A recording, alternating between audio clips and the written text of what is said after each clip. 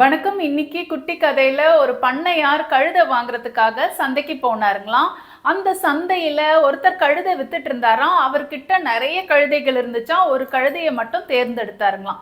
அதை மட்டும் அவர் செய்யலையா, அந்த சந்தை வித்தவர்கிட்ட என்ன போய் சொன்னாருன்னா, இந்த கழுதையை ஒரு நாளைக்கு நான் என் வீட்டுக்கு கூட்டிட்டு போவேன், எனக்கு பிடிச்சு இருந்துச்சு அப்படின்னா மறுநாள் நான் வந்து பணத்தை கொடுக்குறேன், எனக்கு பிடிக்கலைன்னா அந்த கழுதையை கொண்டு வந்து மறுநாள் கொடுத்துருவேன், இதுக்கு நீ சரின்னு சொன்னீன்னா இன்னைக்கு நான் அந்த கழுதையை எடுத்துக்கிட்டு போறேன்னு சொன்னாருங்களாம்.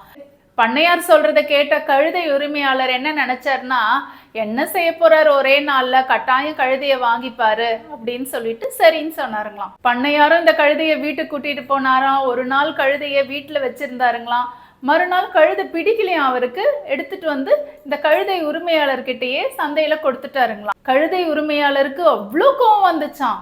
என்ன குறை கண்டீங்க என் கழுதை கிட்ட, நீங்க எப்படி இதை கொண்டு வந்து கொடுக்கலாம், ஒரே நாள்ல உங்களுக்கு இந்த கழுதையை பத்தி எல்லாம் தெரிஞ்சிருச்சா, நீங்க எனக்கு சரியான பதில் சொல்லலைன்னா இந்த கழுதையை நான் திருப்ப வாங்கிக்க மாட்டேன், நீங்க பணம் செலுத்திட்டு தான் போகணும்னு சொன்னாருங்களாம். கேட்ட பண்ணையார் சிரிச்சுக்கிட்டே சொன்னாருங்களாம், இந்த கழுதையை நான் நேரா என்னுடைய கழுதை தொழுவத்துக்கு கூட்டிட்டு போனேன்.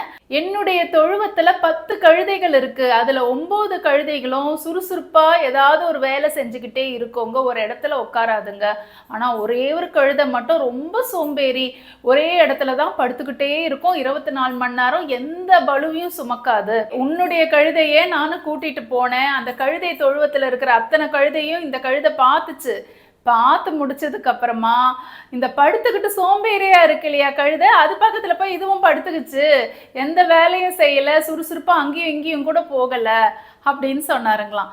இதை பார்த்த எனக்கு என்ன தெரிஞ்சதுன்னா, இந்த கழுதை மகா சோம்பேறின்னு தெரிஞ்சுது, இதை வச்சுக்கிட்டு நான் என்ன பண்றதுன்னு திரும்ப கொடுத்துட்டேன் அப்படின்னு சொன்னாருங்களாம் பண்ணையாரு. இந்த குட்டி கதையில இருந்து நம்மலாம் என்ன தெரிஞ்சுக்கிறோம்னா, ஒருத்தருடைய செய்கைகளை வச்சு அவர்களுடைய குணாதிசயத்தை நம்ம சீக்கிரம் புரிஞ்சுக்கலாங்க. இந்த குட்டி கதை உங்க எல்லாருக்கும் பிடிச்சிருக்கும்னு நினைக்கிறேன். அடுத்த குட்டி கதையில உங்களை சந்திக்கிறேன். நன்றி, வணக்கம்.